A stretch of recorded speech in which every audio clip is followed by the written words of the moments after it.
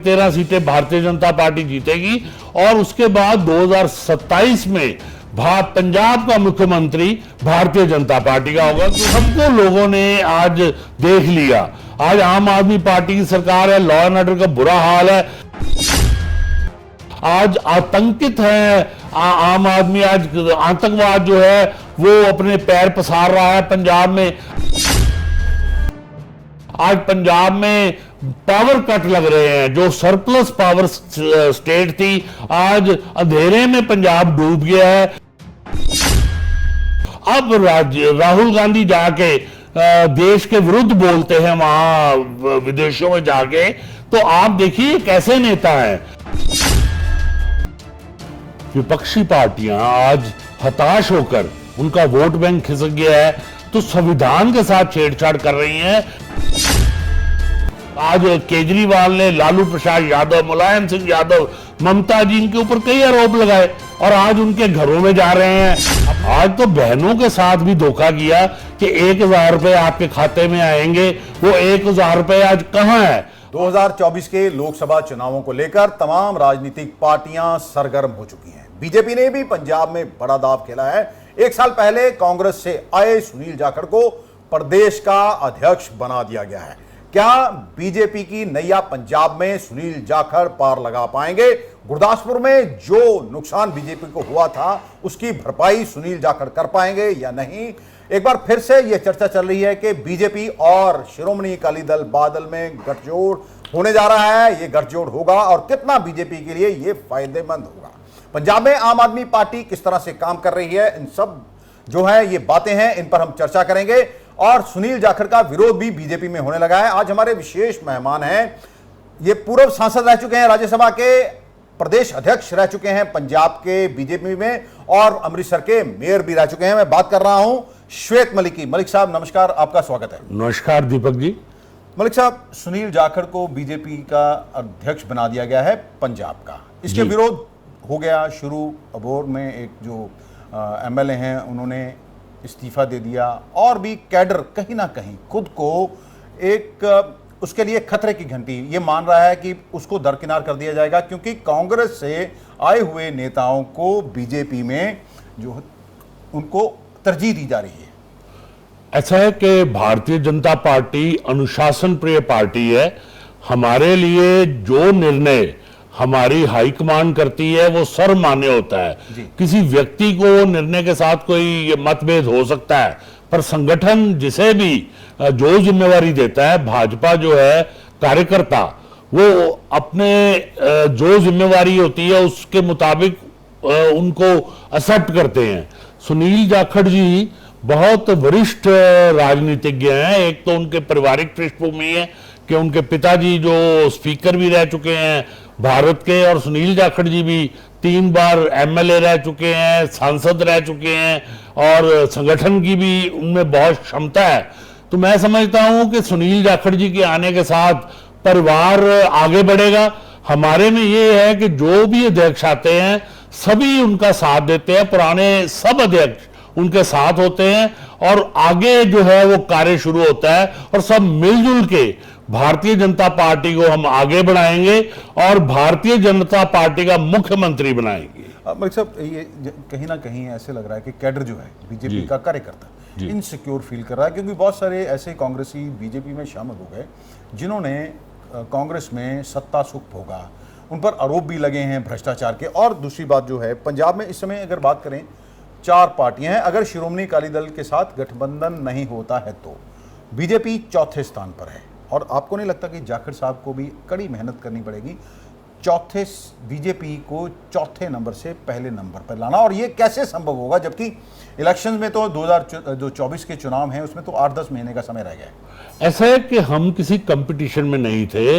हम अकाली दल के साथ केवल 23 विधानसभा की सीटों पे चुनाव लड़ते थे और 3 लोकसभा की सीटों पे चुनाव लड़ते थे। तो असली जो सरकारें उत्तरदायी हैं वो अकाली दल की सरकार, वो कांग्रेस की सरकार, और वो आम आदमी पार्टी की सरकार है।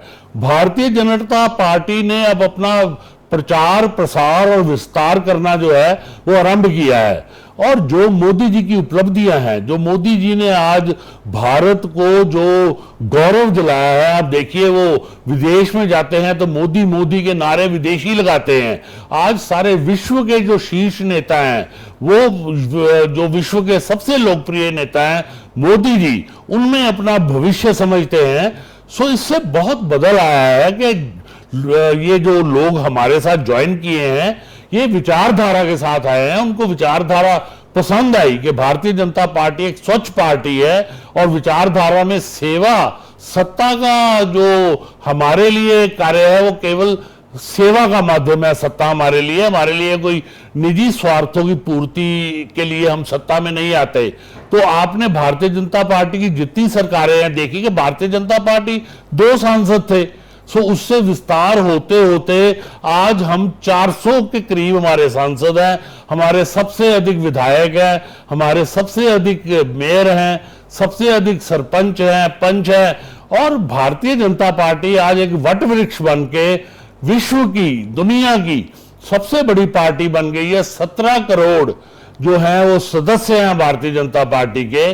तो आज जो पंजाब में लोग इच्छुक हैं, बहुत संख्या में अलग अलग पार्टियों के जो नेता हैं, वो आज हमारी विचारधारा को देखकर हमारे में शामिल हो रहे हैं और अनकंडीशनल है। जितने लोग हमारे में शामिल हो रहे हैं किसी कंडीशन पे वो ज्वाइन नहीं कर रहे, अनकंडीशनल है। सो उस लिहाज से मैं कह सकता हूं कि जाखड़ जी को भी हमारी विचारधारा पसंद आई और आज जाखड़ जी जो अध्यक्ष बने हैं, उनके नेतृत्व में हर भारतीय जनता पार्टी का कार्यकर्ता कार्य करेगा और आने वाले समय में 2024 में भारतीय जनता पार्टी का परचम लहराएगा। जहां मोदी जी तीसरी बार प्रधानमंत्री बनेंगे, उसमें 13 सांसद जो है वो भारतीय जनता पार्टी के होंगे और उसके बाद 2027 में मतलब पंजाब से आपका कहना ये कि पंजाब से 13 की 13 सीटें बीजेपी जीतेगी, आपका ये कहना है? बिल्कुल,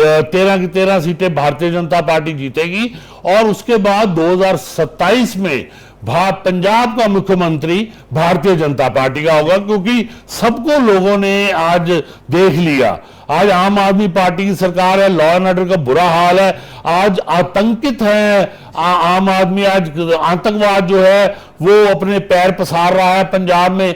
आज पंजाब में पावर कट लग रहे हैं, जो सरप्लस पावर स्टेट थी आज अंधेरे में पंजाब डूब गया है। आज पंजाब में भ्रष्टाचार का बोलबाला है, आज पंजाब में मिस गवर्नेंस है, विजिबल सरकार नहीं है। तो उस लिहाज से मैं समझता हूं कि अब एक ही विकल्प, सब सरकारों को देख लिया पंजाब वालों ने, अब अगला मौका जो है वो भारतीय जनता पार्टी को मिलेगा और भारतीय जनता पार्टी का मुख्यमंत्री जो है वो पंजाब में होगा। ईश्वर जी, आप तो ये कह रहे हैं, देखिए मोदी साहब का स्वागत भी हुआ अमेरिका में, लेकिन विपक्ष जो है वो हमेशा ये आरोप लगाता है कि बीजेपी सरकारी एजेंसियों का दुरुपयोग कर रही है, ईडी पीछे लगा दी जाती है, सीबीआई लगा दी जाती है।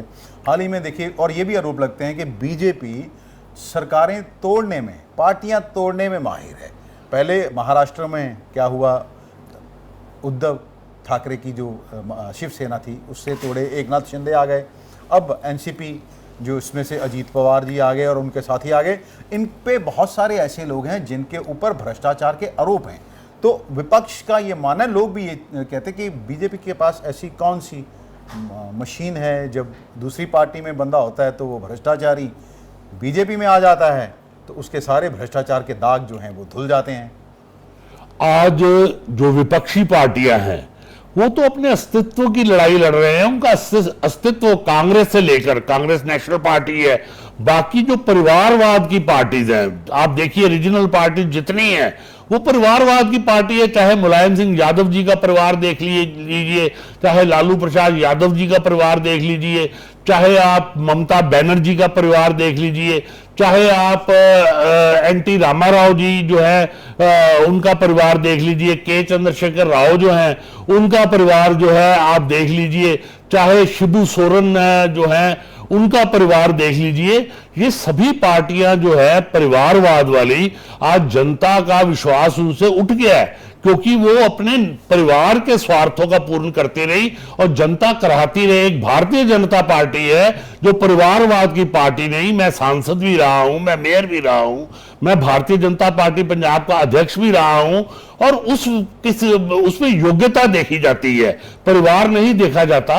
सो उस लिहाज से आज भारतीय जनता पार्टी के सामने सब बौने हो गए हैं, और आपसी विचार जिनके थे आपस में मिलते नहीं थे।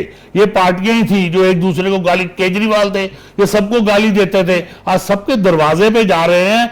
ये सब लोग मिलके जो गठबंधन बना रहे हैं वो गठबंधन भ्रष्टाचार का गठबंधन है। वो गठबंधन जो है वो राष्ट्र के विरोध का गठबंधन है, और इस गठबंधन को बुरी तरह से बार बार भारत की जो वोटर है, जनता है, उन्होंने नकारा, और 2 बार लगातार मोदी जी को पूर्ण बहुमत की सरकार दी है। सो आज जितने लोग भारतीय जनता पार्टी में आ रहे हैं उनको नजर आ रहा है मलिक जी, सवाल वो देखिए, जो भ्रष्टाचार जिनके ऊपर आरोप हैं, जिनके पीछे ईडी भी, कईयों को तो जेल भी हो चुका है, वो जब बीजेपी में आते हैं तो तब सब उनके पाप धुल जाते हैं। ऐसा है कि जो इंटेलिजेंस एजेंसीज हैं वो स्वतंत्र होकर भारतीय जनता पार्टी के कार्यकाल में काम करती हैं। अब ये इन लोगों को जिनका मैंने नाम लिया, ये घोटालों में, भ्रष्टाचार में लिप्त रहे। इन्होंने भ्रष्टाचार करके ये देश को दीमक की तरह चाट गए। इन्होंने आम आदमी की रीढ़ की हड्डी तोड़ दी, तभी सबने पूर्ण बहुमत से मोदी जी को प्रधानमंत्री बनाया, और मोदी जी ने मस्तक टेक कर पार्लियामेंट में उसको संविधान का मंदिर बताकर ये शपथ ली थी, ना भ्रष्टाचार करूंगा, ना भ्रष्टाचार करने दूंगा। सो ये एक चुनाव में किया वादा था जिसको मोदी जी ने पूरा किया। आज आप देखिए कि राजीव गांधी जी ने कहा था कि मैं 1 रुपया भेजता हूं तो 19 पैसे लाभ प्रार्थी को होते हैं, और बाकी के जो धन है वो भ्रष्टाचारी खा जाते हैं। माना था राजीव गांधी ने, पर उसका कोई उन्होंने किसी तरह से उसको ठीक नहीं किया। ठीक किसने किया? मोदी जी ने किया। उन्होंने जनधन योजना में आज 58 करोड़ जो खाते हैं वो आम आदमी के हैं। अब जो बेनिफिट है, जो लाभ है, वो डायरेक्ट जाता है। तो मैं इसलिए आपका जवाब थोड़ा विस्तृत दे रहा हूं कि इसमें आज वो जो लोग आ रहे हैं हमारे से, वो पूरी तरह से हमारे से प्रभावित होके, हमारी विचारधारा से प्रभावित होके पार्टियां टूट रही हैं, और उनके लोग हमें ज्वाइन कर रहे हैं, और उनमें किसी तरह का कोई ऐसा नहीं है जिसको किसी प्रकार का कोर्ट ने आरोपी किसी को कोर्ट ने सजा दी हो।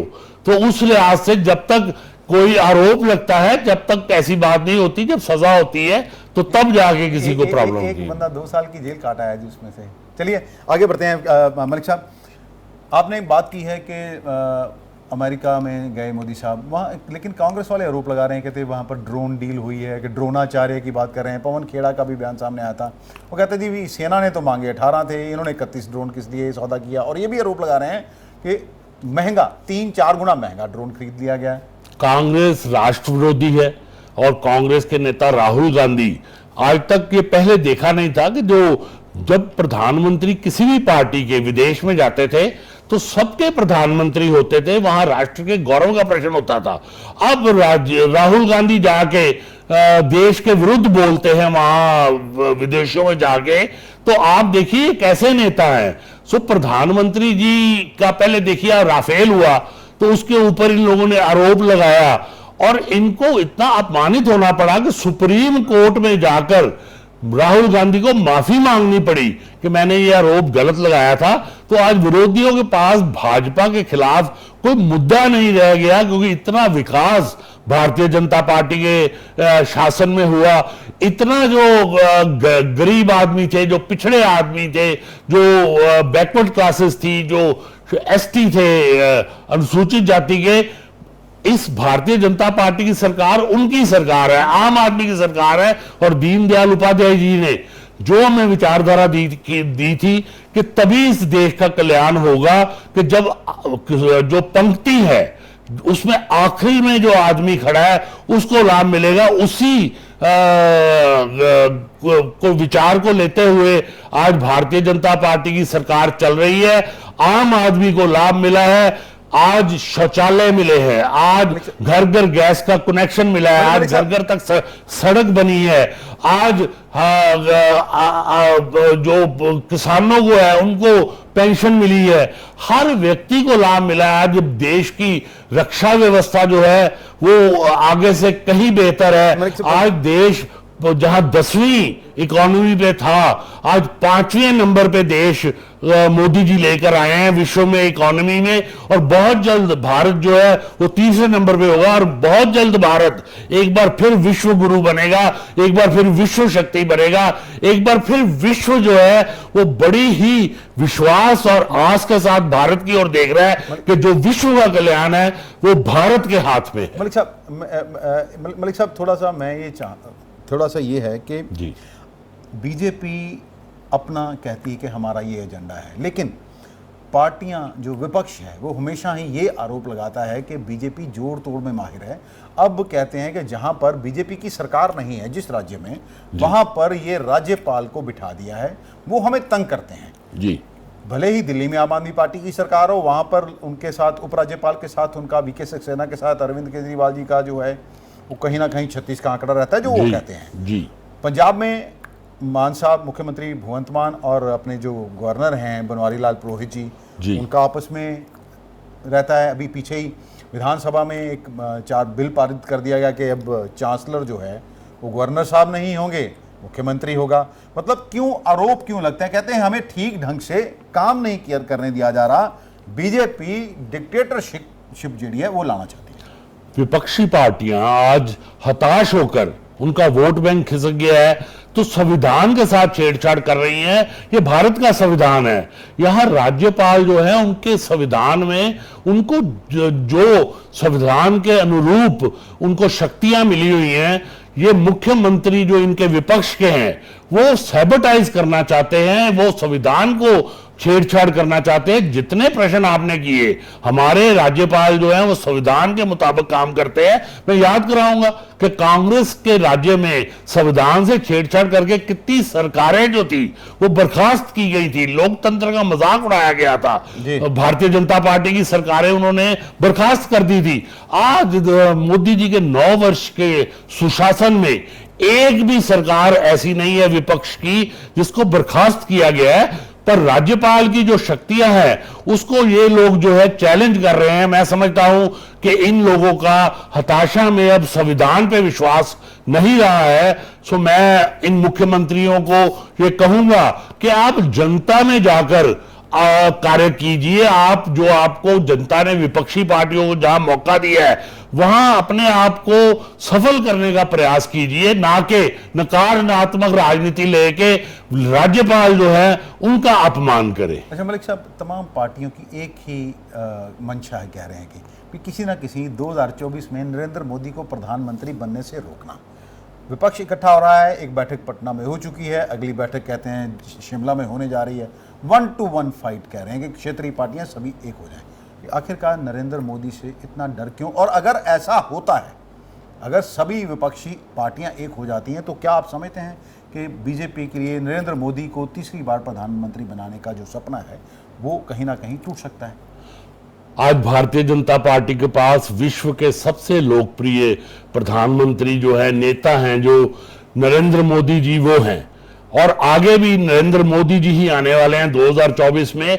ये निजी स्वार्थों से जुड़ी, जैसे मैंने कहा, ये परिवारवाद वाली पार्टियां आज भ्रष्टाचारी इन विरोधियों में हाहाकार मचा दिया है। भारतीय जनता पार्टी की जो सरकार है कि आज उनके अस्तित्व का प्रश्न आ गया है, तो वो अपना हाथ पकड़ रहे हैं। ये लोग तो एक दूसरे के खिलाफ चुनाव लड़ते रहे, आरोप लगाते रहे।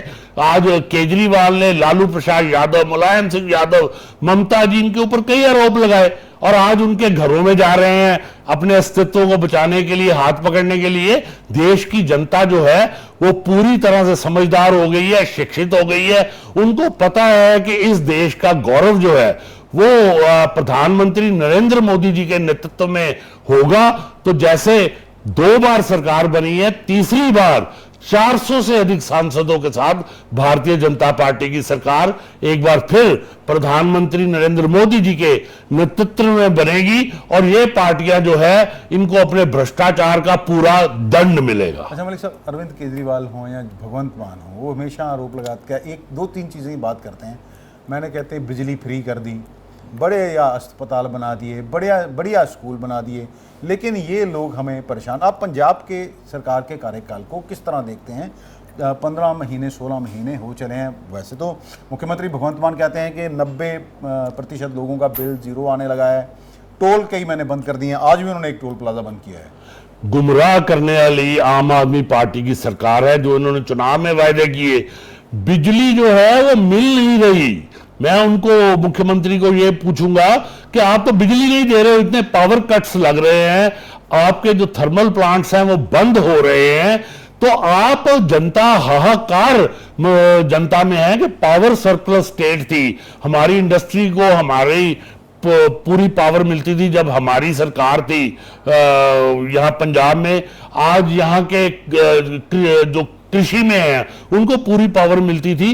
तो मैं भगवंत मान जी को पूछूंगा कि आपके पास तो पावर ही नहीं है तो फ्री क्या किया? और ये तो पूरा झूठा प्रचार है। जो पुराने हॉस्पिटल्स हैं उनको जो है नाम बदल रहे हैं और कोई नया स्कूल, कोई नया कॉलेज, कोई नया अस्पताल इन्होंने नहीं खोला। और 1,000 रुपया इन्होंने बहनों का कहा था। आज तो बहनों के साथ भी धोखा किया कि 1,000 रुपए आपके खाते में आएंगे। वो 1,000 रुपए आज कहां है? आज मिस गवर्नेंस है, सरकार कहीं नजर ही नहीं आ रही। आज आतंकित है जो आम आदमी है। आज लॉ एंड ऑर्डर का बुरा हाल हो गया है। आज जनता जो है वो घबराई हुई है क्योंकि कई जगह बम विस्फोट हो रही है, चोरियां हो रही है, डाके बज रहे हैं, स्नैचिंग्स हो रही हैं और फिरौतियां लेके लोगों का अपहरण हो रहा है। सो ऐसी विषम परिस्थिति में ये सरकार पंजाब को ले आई है और जनता जो है वो आज बहुत पछता रही है कि उन्होंने क्यों इस सरकार को वोट दिया। कि इस सरकार के जो शासन था, कुशासन मैं उसको कहूंगा, उसमें जनता कहीं भी सुरक्षित नहीं है। ये खुद अपने आदमियों को सिद्ध कर रहे हैं कि वो भ्रष्टाचार में लिप्त हैं और रोज कोई नई न्यूज आ जाती है कि आम आदमी पार्टी का वो आदमी पकड़ा गया, वो पकड़ा गया। तो ये पहली बार हुआ है कि ये लोग जो भ्रष्टाचारी सत्ता में आ गए हैं। आज सत्ता में आने के ऊपर पंजाब जो है वो विषम परिस्थितियों में फंसा पड़ा है। सवाल ये है कि देखिए, कैप्टन अमरिंदर सिंह जब मुख्यमंत्री थे उन्होंने खुद कहा था कि मेरे मंत्री, मेरे विधायक जो हैं वो माफिया में शामिल हैं, रेत पर इनका कब्जा है, दूसरे जो ट्रांसपोर्ट माफिया पर इनका कब्जा है। 40 लोगों के नाम उन्होंने कहते थे, मैंने आला कमान को बताए हैं। अब वही आपके साथ हैं, बीजेपी के साथ हैं। ये भी एक क्वेश्चन मार्क तो कहीं ना कहीं खड़ा होता है ना जी। ऐसा है कि कांग्रेस के लोग जो भ्रष्टाचार में लिप्त थे उनके ऊपर केस भी बन रहे हैं, तो वो भ्रष्टाचार का उनको दंड मिलेगा ही मिलेगा। जहां तक कैप्टन अमरिंदर सिंह जी का प्रश्न है, वो हमेशा राष्ट्रवादी रहे। ये सबसे बड़ा उनका गुण रहा कि आप देखिए कि जब पाकिस्तान ने कैप्टन अमरिंदर सिंह जी और नवजोत सिंह सिद्धू को बुलाया तो उस समय नवजोत सिंह सिद्धू तो चले गए, जनरल से जफ्फी भी डाल ली जाके जनरल बाजवा के साथ, और वहां जो गुलाम कश्मीर के राष्ट्रपति थे वो उनके साथ बैठे हुए थे। गोपाल सिंह चावला जो था उसके साथ उनकी बैठे हुओं की वहां पे न्यूज आई। तो कैप्टन अमरिंदर सिंह जी ने उस समय बिल्कुल राष्ट्रवादी होने का प्रमाण दिया। वो पाकिस्तान नहीं गए और राष्ट्र के साथ रहे। वो बड़े वरिष्ठ राजनीतिज्ञ हैं। आज उन्होंने भारतीय जनता पार्टी की विचारधारा को पसंद किया है, तो मैं समझता हूं कि वो भारतीय जनता पार्टी के एक एसेट है। मलिक साहब, प्रधानमंत्री नरेंद्र मोदी ने भी, मैंने पढ़ा था उनका, कहीं ना कहीं वो जो ये मुफ्तखोरी की राजनीति हो चली है, फ्री बीज, फ्री रेवड़ियाँ की जो बात होती है जी, भी वो सब पार्टियां हो गई। कोई कहता मैं 1,000 रुपया फ्री दे दूंगा, महिलाओं को दूंगा, बिजली फ्री दूंगा, पानी फ्री दूंगा, कोई कहता मैं 2,000 दूं। मतलब एक होड़ लग गई है जी। आपको नहीं लगता कि ये देश को गर्त की तरफ ले जा रही है? आजकल आज कोई भी हमारे भारत का ऐसा स्टेट नहीं है जिसके ऊपर कर्जा ना हो। तो आपको नहीं लगता, आप बहुमत में हैं, प्रधानमंत्री नरेंद्र मोदी दृढ़ इच्छा शक्ति रखते हैं, तो इसके लिए कोई ठोस कानून, सुप्रीम कोर्ट भी इसके ऊपर सख्त सवाल उठा चुका है। कोई ऐसी चीज है ताकि लोगों को काम दिया जाए, लोगों को भिखमंगे भिखारी ना बनाया जाए। ऐसा है कि भारतीय जनता पार्टी जो है वो गरीब की पार्टी है, वो पिछड़े की पार्टी है, वो जो जिनको कुचला गया वर्षों तक उनकी पार्टी है। तो भारतीय जनता पार्टी का लक्ष्य ये है, जैसे मैंने पहले बताया कि दीनदयाल उपाध्याय जी की विचारधारा पे हम चल रहे हैं कि आखिरी आदमी तक जो है वो बेनिफिट पहुंचना चाहिए। तो हमारे जहां शासन है वहां पे बेनिफिट उनको मिल रहा है जो इसके अधिकारी हैं, जिनके परिवार को हमने ऊपर लेके आना है। आज उनके परिवार जो है वो शिक्षा मिल रही है, उनको रोजगार मिल रहा है, जो लोग पिछड़े हुए थे। तो वो भारतीय जनता पार्टी की उपलब्धियां हैं। और जो कुरीतियां थी समाज में उनको दूर किया गया है। आज ट्रिपल तलाक को खत्म किया गया है। आज कश्मीर को भारत का अभिन्न अंग बनाया गया है। सो हमारा तो सुशासन में विश्वास है, जबकि विरोधी पार्टियां जो है जो भी वो फ्री देती है उसमें, जैसे राजीव गांधी जी ने कहा, उसमें जो दलाली होती है कि राजीव गांधी जी तो कांग्रेस के प्रधानमंत्री थे, उन्होंने खुद माना कि 81% जो हम बेनिफिट देते हैं वो दलाल खा जाते हैं। तो यही फर्क है विचारधारा का कि मोदी जी की सरकार में 100% जो लाभ है वो लाभ प्रार्थी के खाते में जाता है बेनिफिट। पर ये हमारा एक लक्ष्य एक है कि जो देना है वो लाभ प्रार्थी को मिले। जैसे किसानों के लिए पैकेज आया, व्यापारियों के लिए पैकेज आया, जैसे हमारी महिलाओं के लिए पैकेज आया। आज जस्ट ए मिनट, प्रधानमंत्री जी का कितना लंबे समय से 80 करोड़ देशवासियों को मुफ्त राशन की जो जिनको आवश्यकता है, जिनको कोविड में समस्या आई, उनको राशन आज दिया जा रहा है। आप देख रहे हैं इस बात को। आज 6,000 रुपए की पेंशन किसानों को दी गई, जो हमारा अन्नदाता है। ये पहले क्यों नहीं दी गई? ये पहले इसलिए नहीं दी गई कि पहले निजी स्वार्थों वाली विपक्षी सरकारें थी, उन्होंने लाखों रुपए के घोटाले किए। आज कांग्रेस के नेताओं पे 12 लाख करोड़ के घोटालों का केस चल रहे हैं। अब भारतीय जनता पार्टी देखिए एकदम स्वच्छ पार्टी है। हमारे किसी विधायक पे, किसी सांसद पे, किसी की और कोई उंगली नहीं कर सकता, प्रधानमंत्री जी से लेके। यही भारतीय जनता पार्टी की सफलता है। मलिक साहब, इस तरह तो फिर कोई अंत ही नहीं है। कोई आएगा कहेगा मैं 1,000 देता हूं, कोई कहेगा मैं 5,000 दे देता हूं, कोई कहेगा मैं 10,000 दे देता हूं। फिर देश जाएगा कहां? देश तो बर्बादी की तरफ जाएगा। इसके साथ ही मेरा एक सवाल, अंतिम सवाल है, वो यूसीसी को लेकर विरोध हो रहा है। कल भगवंत मान जी ने एक कहा था कि बीजेपी तोड़ना चाह रही है देश को, गुलदस्ते में अलग अलग तरह के फूल होने चाहिए, जबकि अरविंद केजरीवाल राज्यसभा में यूसीसी को समर्थन दे चुके हैं। तो विपक्ष आक्रामक क्यों हो रहा है? ऐसा है कि आम आदमी पार्टी का तो यहीं से ही आपको पता लग सकता है कि एक नेता क्या बोल रहा है, दूसरा नेता क्या बोल रहा है। भारतीय जनता पार्टी ने जो निर्णय लिए वो राष्ट्रहित में थे। आप देखिए 370 की धारा, 35A की धारा, कितने वर्षों से कश्मीर जो था वो पृथकतावादियों की वहां गिलानी जो है वो सरकार चलाता था, वहां शेख अब्दुल्ला सरकार चलाता था, वहां मुफ्ती सैयद, ये जितने थे वो राष्ट्र विरोधी सरकार चलाते थे। तो उस समय कश्मीर में आतंकवाद जो मैं एक मिनट सुनिए, कश्मीर में आतंकवाद जो था वो चरम सीमा पे था। पत्थरबाज जो थे वो चरम सीमा पे थे। जो गठबंधन था, जब हमने देखा कि पत्थरबाजी हो रही है, जब हमने देखा कि आम आदमी के विरुद्ध सरकार जा रही है, तो भारतीय जनता पार्टी ने तुरंत सरकार से बाहर आ गए। आप इस बात को देखिए। और भारतीय जनता पार्टी ने आज वहां से ये जो धाराएं थी जो कांग्रेस की दी हुई थी, जो पंडित नेहरू जी ने दी थी, और उसके बाद कितना खून की आंधी चली, वहां पे होली खेली गई देशवासियों की। आज कश्मीर जो है वो उन्नति पे है। 370 और 35A धारा जो है प्रधानमंत्री जी और गृह मंत्री जी ने उसको सारे मंत्रिमंडल के सहयोग से, सारी पार्टी के सहयोग से हटा दिया है। आज कश्मीर की उन्नति देखिए। कश्मीर जो है वो भारत का अभिन्न अंग बन चुका है और वहां पे हर सुविधा मिल रही है। आज आप सारे देश में देखिए कि जितनी भी स्टेट्स हैं वहां पे आतंकवाद जो है वो अपना दम तोड़ रहा है। इतनी अच्छी गवर्नेंस है भारतीय जनता पार्टी की। और सबसे प्रत्यक्ष को प्रमाण की आवश्यकता क्या होती है कि ये आम आदमी, विपक्षियों की बात नहीं मैं कर रहा, उनकी लुटिया डूब गई है। मैं बात कर रहा हूं देश की जनता का, कि जो अब दशकों के बाद 2 बार उन्होंने प्रधानमंत्री नरेंद्र मोदी जी की पूर्ण बहुमत की सरकार बनाई है और तीसरी बार फिर प्रधानमंत्री मोदी जी की पूर्ण बहुमत की सरकार बनेगी। और मैं ये वादा करता हूं कि इन सरकारों के बाद भारतीय जनता पार्टी के नेतृत्व में देश जो है वो विश्व में सर्वोच्च स्थान पे पहुंचेगा।